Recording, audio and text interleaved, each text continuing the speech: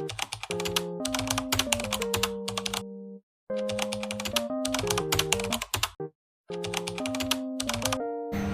Bahasa Indonesia adalah ejaan bahasa Indonesia yang berlaku sejak tahun 2015 berdasarkan Peraturan Menteri Pendidikan dan Kebudayaan Republik Indonesia Nomor 50 Tahun 2015 tentang Pedoman Umum Ejaan Bahasa Indonesia. Ejaan ini menggantikan ejaan yang disempurnakan.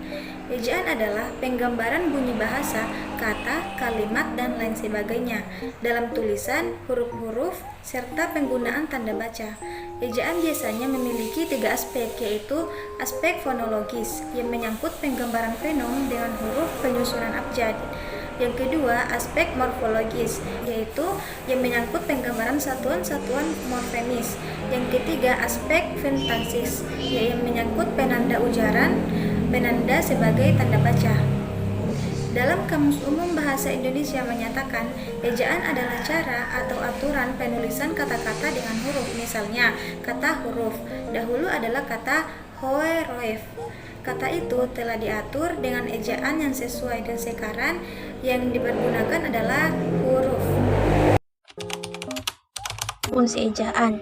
Menurut Siti Mutmainnah dalam buku Bahasa Indonesia untuk Perguruan Tinggi 2019, ejaan harus diterapkan dalam penulisan bahasa. Ejaan memiliki sejumlah fungsi penting, yaitu yang pertama, landasan pembakuan tata bahasa. Penggunaan ejaan dalam penulisan bahasa akan membuat tata bahasa yang digunakan semakin baku.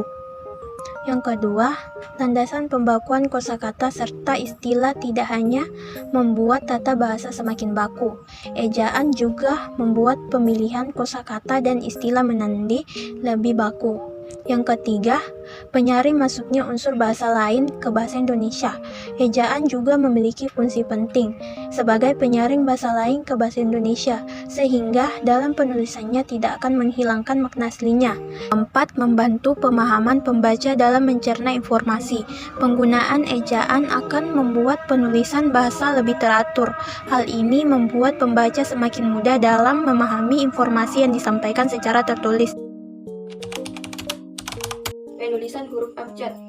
Dalam ejaan bahasa Indonesia, huruf abjad terdiri atas A, B, C, D, E, F, G, H, I, J, K, L, M, N, O, P, Q, R, S, T, U, V, W, X, Y, Z. Huruf abjad ini bisa ditulis pada pemakaian dan tujuan penggunaannya. Yang kedua yaitu penulisan huruf vokal. Di dalam ejaan bahasa Indonesia, huruf vokal terdiri atas huruf A, I, U, E, O. Sama seperti huruf abjad, huruf vokal juga bisa ditulis dalam huruf kapital atau tidak. Yang ketiga yaitu penulisan huruf konsonan.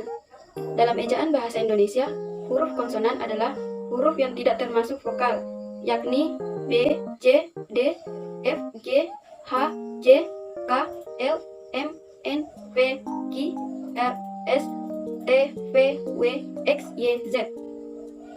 Penulisan kapital atau tidaknya juga bergantung pada pemakaian dan tujuan penggunaannya. Yang keempat yaitu penulisan huruf difton.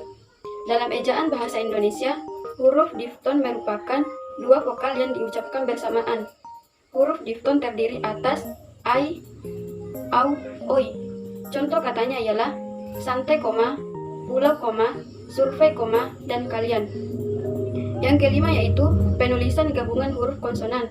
Dalam ejaan bahasa Indonesia, penulisan gabungan huruf konsonan berarti dua huruf konsonan dijadikan seperti ki, hai, haji, ni, si, dan eng.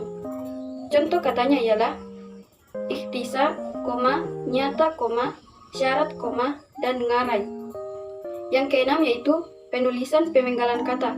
Dalam ejaan bahasa Indonesia, pemenggalan kata sering dilakukan jika ada huruf vokal, ada huruf konsonan, ada dua huruf konsonan, dan ada tiga huruf konsonan. huruf kapital. Penggunaan huruf kapital biasa dari huruf vokal ataupun huruf konsonal. Berikut beberapa contoh pemakaiannya. Yang pertama yaitu huruf kapital dipakai di awal kalimat. Contohnya aku lapar. Yang kemudian contoh kedua yaitu huruf kapital dipakai di huruf pertama unsur nama jabatan atau pangkat. Contohnya Presiden Jokowi. Dan contoh ketiga yaitu huruf kapital dipakai di huruf pertama nama geografi.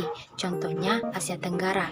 Dan kemudian contoh keempat yaitu huruf kapital dipakai di awal petikan langsung. Contohnya Jinny berkata, besok aku tidak masuk sekolah kepadaku. Dan kemudian huruf miring. Dan contohnya huruf miring dipakai untuk menegaskan kata. Contohnya huruf pertama kata aku adalah A.